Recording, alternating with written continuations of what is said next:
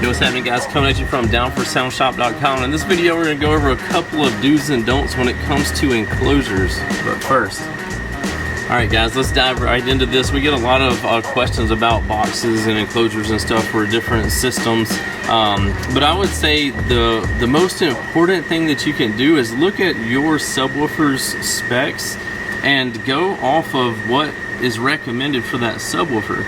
Because the manufacturer is going to give you, usually they have tested every different enclosure, every different way, and they have found that this way that they're going to share with you on the listing of the subwoofer, say for instance a Sundown ZV612, they know that a 2.5 cubic foot box tuned at 32 Hertz is going to give the person the best experience with that subwoofer. So that's what you should do.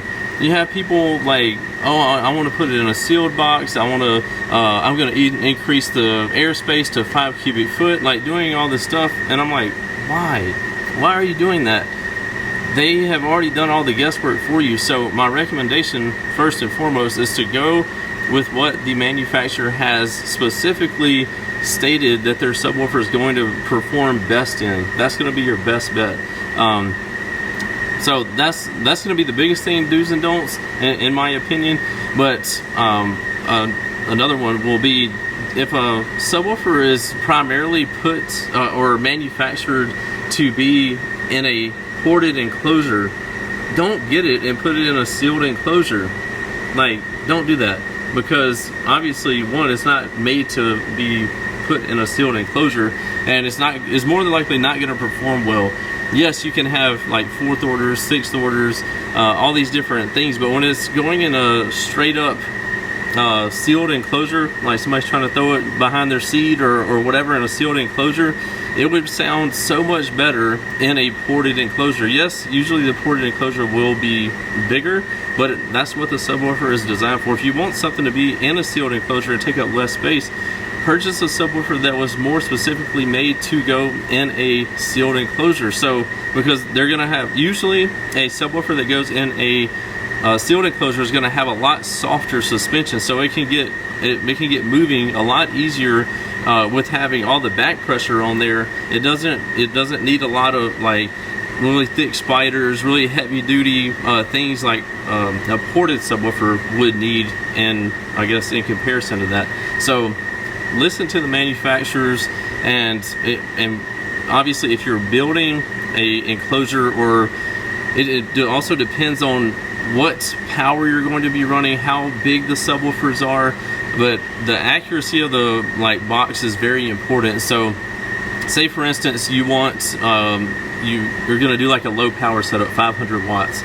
You could get away with a single baffle easily, no issues. You're not going to have any problems with it. Obviously you want it to be a decent quality box, but if you try to do a single baffle subwoofer box with a ZV6, the whole box is going to tear apart. It's not heavy duty enough. So the bigger the subwoofer gets, the more heavy duty it needs to be. So you'll have like additional bracing, you'll have double baffle around the whole thing, or triple baffle around the whole thing. You'll have 2, 3, 4, or 5 baffles on the front side where the subwoofer actually mounts to, because it's just like anything else in life. The bigger you go, the more robust, even if like say it's the engine, like you can't go and put all kinds of nitrous on a factory engine because you're going to blow it apart. Same thing, you put a big subwoofer in a little flimsy box, is going to blow it apart.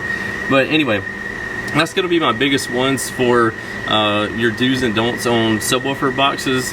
I mean, we could probably go on for a long time because it can get, I guess we could get really granular on it, but that's going to be the biggest ones. You want to make sure you have a proper box for the proper subwoofer, like match them up well, and make sure so.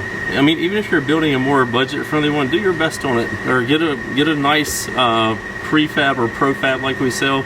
They've been doing great, so you can grab those as well. But anyway, if you have any questions for me, ask them below, and we'll try to get to them.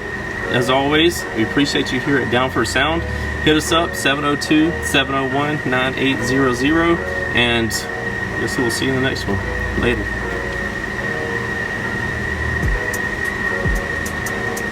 happening, guys. If y'all enjoyed all the hot content that you saw in that video, be sure to follow me on YouTube, Facebook, TikTok, Instagram under the Life of Price, and also Down for Sound Shop on Facebook and Instagram. And don't forget Snapchat. I'm JPD4S on there, so be sure to check me out there. We'll see you in the next one.